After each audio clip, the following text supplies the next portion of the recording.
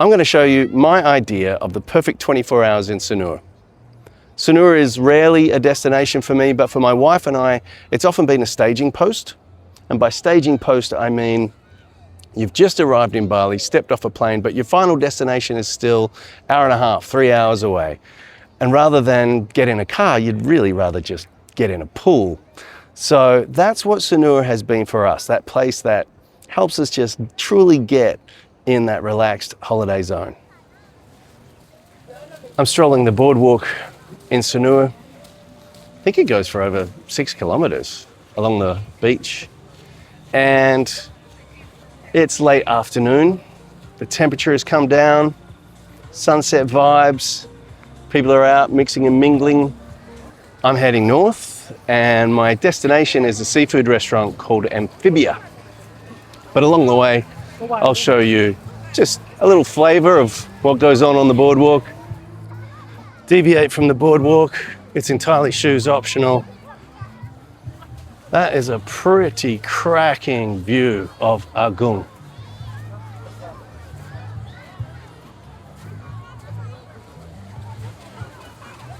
The boardwalk here is also a place where people do a lot of exercise. Temperature-wise, obviously makes sense, evening or morning. I caught up with Adam from Sanur Diaries today for a cheeky beer or two. It was actually him who put me onto this place a little while back, and we both agreed. It's not the absolute best food in Sanur at the beach, but the whole package, the ambiance, the crowd, the views, particularly at sunset, makes it a pretty fantastic find. Here's the view from the Warung. I am secretly jealous of these people who got the front table, but my table's not too bad. It never occurred to me to just come here for a drink, but obviously that's what some people are doing.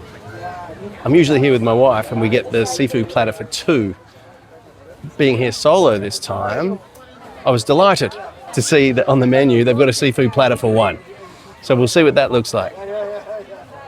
Getting here just before 6 allows you to see that beautiful transition time from golden hour through blue hour into darkness.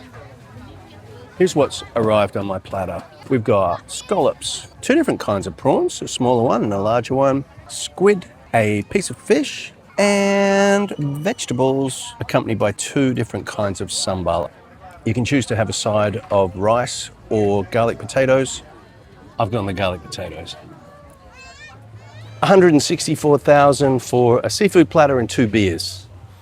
The seafood platter part was 110,000, which at the current exchange rate for the Australian dollar is under $10. Seafood platter for 2 is roughly double that.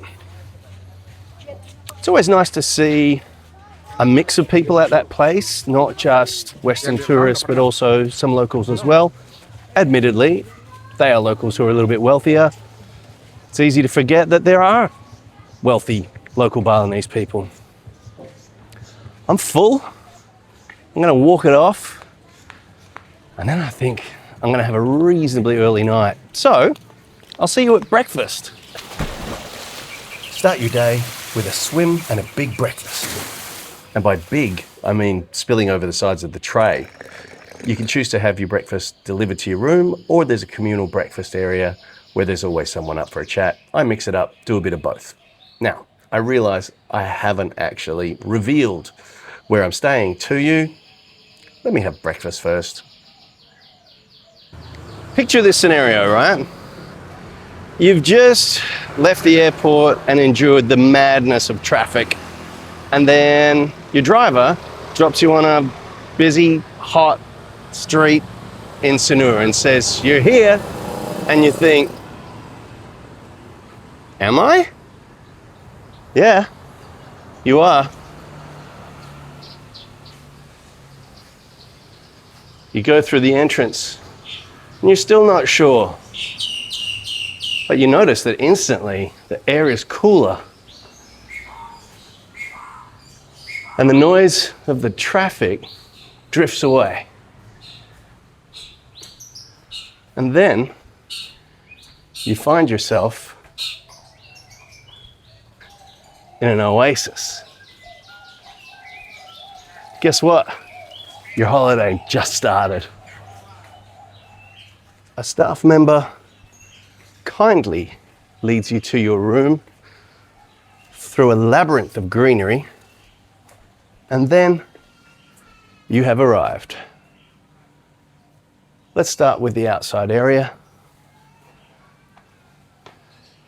Seating, and anyone who has to work online will love a power outlet right next to your chair. Inside, simplicity but everything you need. That's a king-size bed, desk for working on a computer, TV if you want to watch it, fridge for keeping beverages cold, sink and basin, brushing teeth, making sure you look good, and a bathroom for doing bathroom things. And last of all, if you need to keep your belongings safe, there is a safe. Welcome to Yulia 1 Guesthouse. There are 27 rooms here, but you would never know it. And quite often it's fully booked, yet somehow you feel like the only person here. It's not set up with rooms in rows or buildings in a grid pattern. It's organic, and that's because it has evolved over time. There are different aged buildings here. There are old school guest house rooms, which have really just the basics. There's a bed, there's a fan, and there's a shower, but no hot water.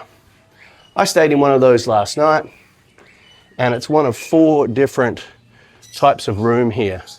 Excuse the messy bed. My hot tip is, if you get one of these standard rooms, get the ones upstairs. There's no glass in there. The standard rooms downstairs have windows that just tilt out slightly at the bottom and don't provide that same kind of airflow. Speaking of airflow, there is a fan, but there is no AC. Yet last night I had to get under the blankets. This room will set you back somewhere in the 20 Australian dollars department. There is an outdoor area. And let's take you downstairs to show you some other aspects of this place that I really enjoy. There is a fridge fully stocked with important beverages that are actually the same price or cheaper than the mini mart around the corner. And while you're here, you just keep adding to your tally of what you drink. It's an honor system. Someone looks like they've accidentally added a whole lot of large bin tanks to my list. This is my 5th stay here, and I keep discovering new nooks and crannies and curiosities all the time.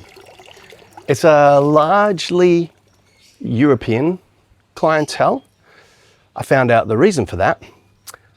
This place has been going since 1996. It's family owned, 3 generations, grandfather, father, and now son. And they were lucky enough to get listed in A Lonely Planet back in the days of guidebooks. And they've had repeat customers ever since. Every time I come here, I see somebody here that I've seen before. There are people who live here long term, and there are people who come back for 2 or 3 months at the same time every year, mainly to avoid European winter. The room I'm in is in the 30-something Australian dollars range. It's called a superior room. There's also a deluxe room that's in the high $40, and a studio, which you'd think would be the smallest one, but it's actually the biggest and includes a kitchen, and that one nudges $50. This place has nearly every base covered. I'll let you do the currency conversions. Do you need a bicycle to get around? A lot of people do that in Sanur, particularly along the beachfront. You can do that for 25 to 30,000 rupiah, depending on the type of bike. Do you need a scooter? You can get one of those for 80,000 per day. Do you need an airport transfer? You can do that for 250 to 300,000, depending on the time of day. Do you need laundry done? You can do that for 30,000 per kilo. just heading out the front now because if there's anything else you need that these guys can't sort for you, it's probably right outside your door. In fact, everything I do in my perfect 24 hours in Sanur happens on foot from this place. Literally across the road, Icon Bali, shop your heart out. Right next to the entrance of Icon Bali, you'll find BNI ATMs. No fees on cash withdrawals, and they issue 50s, so you're not always handing over a big note for a small purchase. On the same side of the road as the guest house, convenience stores, tattoo, bar, day spa, rent a car, coffee shop, Warungs. Did I miss anything? Now it's time to go deeper into the relaxation zone. Get yourself truly in holiday mode by getting yourself a massage. I'm heading to a place called Good Massage Sanur, and I love it for 4 reasons. One reason is the massage is consistently amazing regardless of which massage therapy does it. I get what's called the Thai mixing massage, which is a combination of reflexology and Thai massage. And if you like a brutal massage that makes you feel like you're being punished, but leaves you with such an endorphin rush that you leave the place floating, that's the massage for you. If you're more the relaxation type of massage person, there are plenty of those options as well. Reason number 2 is that it's 5 minutes walk from the accommodation. You will walk past multiple spa and massage places on the way, but why go to Good Massage Sanur? That leads into reason number 3. In my online work, I always have to be mindful of search engine optimization, SEO. Good Massage Sanur is a search term. It's marketing genius. Reason number 4, I will tell you on the way out. But before we go in, if you maybe haven't had a massage before, I'll give you the etiquette and process for this particular place. First of all, unlike this busy road, it is a quiet and serene place, so I won't be doing any filming in there. Turn your mobile off. No one that's in there having a massage, relaxating, needs to hear your mobile going off or you getting and sending text messages. And keep your voice down. Easy when you're by yourself, but if you show up with a friend or a partner, don't be having a yap. You'll be invited to sit and your feet will be washed. Then you'll be given some privacy behind a curtain to disrobe down to your underwear and lay down on the massage table. And here we are. The massage I'm getting costs 170,000 for 1 hour. That's around 15 Australian dollars. That would be 6 times the price back home. I will see you on the other side. Reason number 4 for what? Remember I mentioned that floating thing? My feet are not touching the ground. That was beautiful. Reason number 4 for loving this place ties in to the next logistics phase of the next leg of your Bali trip. It is time to get supplies. That reason number 4 is this. Honestly, these sweets, I think they're Japanese, really are part of the reason that I love coming to Good Massage Sanur. After your massage, you'll be given water and you'll pay. Oh, incidentally, you can use cash or card, which is very convenient. And then you can grab some of these. They're very hard to describe. They are initially salty in your mouth, but then they're sweet in your mouth, and then they are citrusy in your mouth. And this time around, I asked, where can I get these? And they said at Grand Lucky Supermarket, which coincidentally is where we're going right now. It's 9 minutes walk from the massage place, but if you don't want to ruin your massage high, order an air-conditioned car to get you to the supermarket. Excuse me, I'm sucking on a sweet. So my wife and I, usually we're going somewhere where there's not necessarily a lot around where we're staying. So we choose to get accommodation with a kitchen. That allows us to cook when we don't want to go out, or there's been one or two more poolside G&Ts than expected. There's no ride services, and I'm not going to ride a bike under the influence. That means getting food supplies in. Yes, there's probably going to be fresh produce markets and the ability to buy some of the basic supermarket staples in the general vicinity of where we are, but probably 10-15 minutes bike ride away. It's just nice to have those first few days sorted. And certainly there will be items you may want that you just won't be able to get at a local supermarket in a village. Things such as cheese.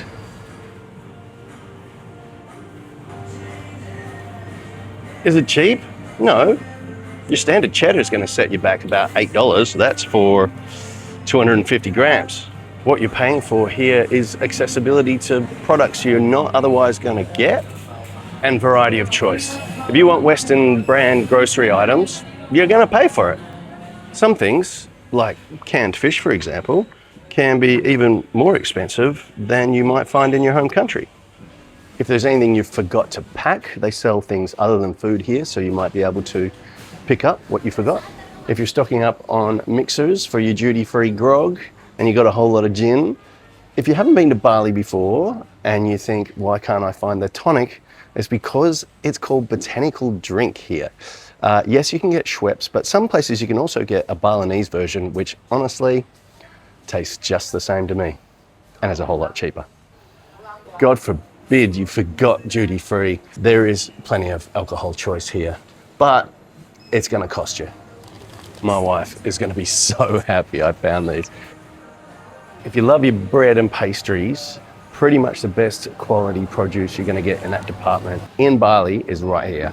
What I hadn't noticed before was the rotisserie chickens and the pizza oven. Talking about those baked goods, the main times we've used Sanur as a staging post is when we're heading about another 45 minutes down the road to a villa in Kung Kung, which I have featured before in a video which hopefully is up there or up there.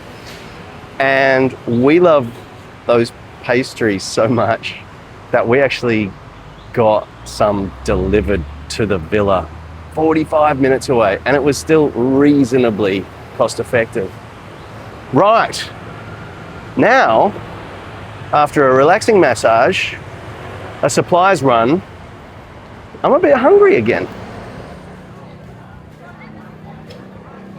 So I'm heading down the street that runs behind the accommodation to Warung Mbok. Selamat siang, Ilu. Selamat siang, apa kabar? Baik, baik. Bisa minta soto ayam Soto ayam dan nasi putih, pedas, dan teh botol dingin.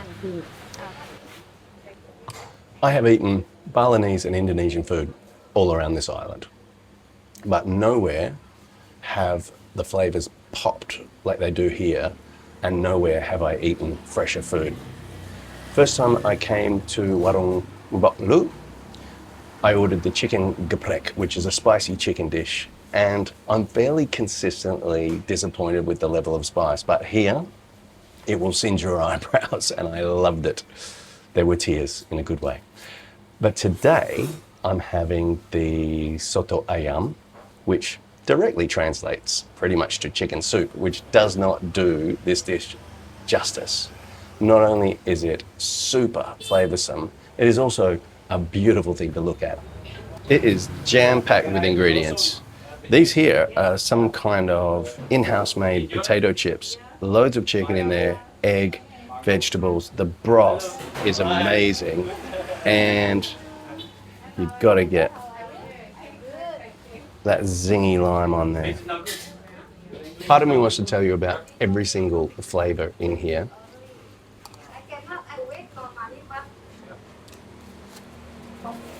The other part of me just wants to eat it. If you've never had Soto before and you have this one, you will be chasing that high the rest of your life. It's no coincidence that I was the first person here today because this place fills up real quick. Soto Ayam, rice and iced tea. Cost me 42,000 rupiah. That's under $4 Australian. A food coma is imminent. If that happens to you, you'll be very happy to know that it is just a 2-minute walk down this laneway back to the accommodation. Now it's time for a swim, then a nap. Or a nap and a swim. I'll figure it out.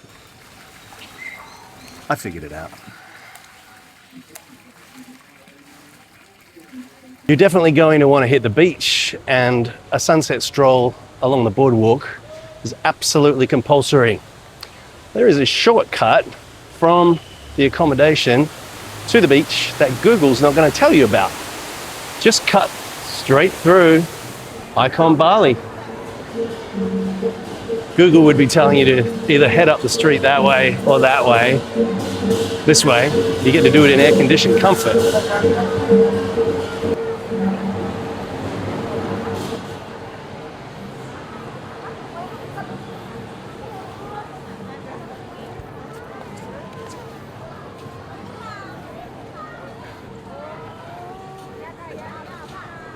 And yes, the boardwalk is going to be jam-packed.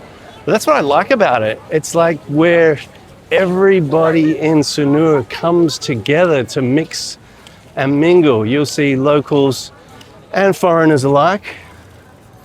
So that brings us back to the boardwalk where we started after a well-rounded 24 hours in Sanur to truly get you into the relaxed holiday zone. Thank you for hanging out. If you're a subscriber, I will see you again soon. If you're not yet a subscriber, but you enjoyed this video, take a look at some of the videos in this playlist, and maybe I'll see you again soon too.